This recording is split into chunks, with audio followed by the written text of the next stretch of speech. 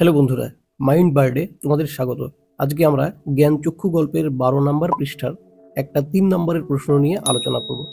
তার জন্য আমরা প্রথম প্যারাগ্রাফটা একটু পড়ে নেই। দেখো, প্রথম থেকে বিকেলে চায়ের টেবিলে ওঠে কথাটা।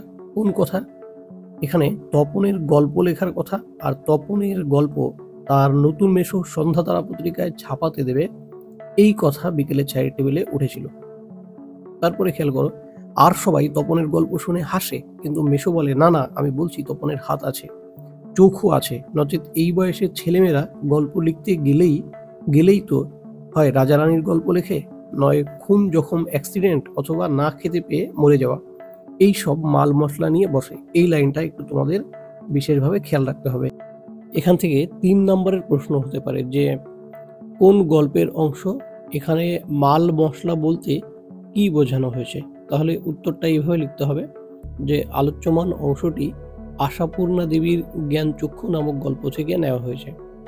এবার দুটো বক্স দিয়ে 2 নম্বর ভাগের উত্তর, যে মাল মশলা বলতে কি বোঝানো হয়েছে বা কোন মাল মশলার কথা বলা হয়েছে।